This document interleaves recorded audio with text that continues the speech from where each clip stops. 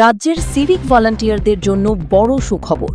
বেতন বৃদ্ধি নিয়ে গুরুত্বপূর্ণ ঘোষণা করল পশ্চিমবঙ্গ সরকার।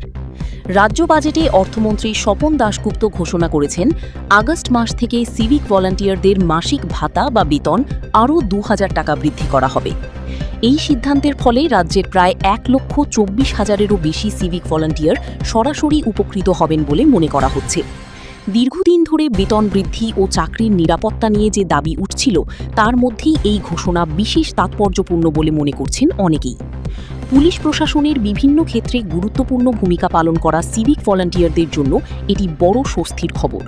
নতুন বেতন কাঠামো কার্যকর হলে তাদের মাসিক আয় আরও বৃদ্ধি পাবে।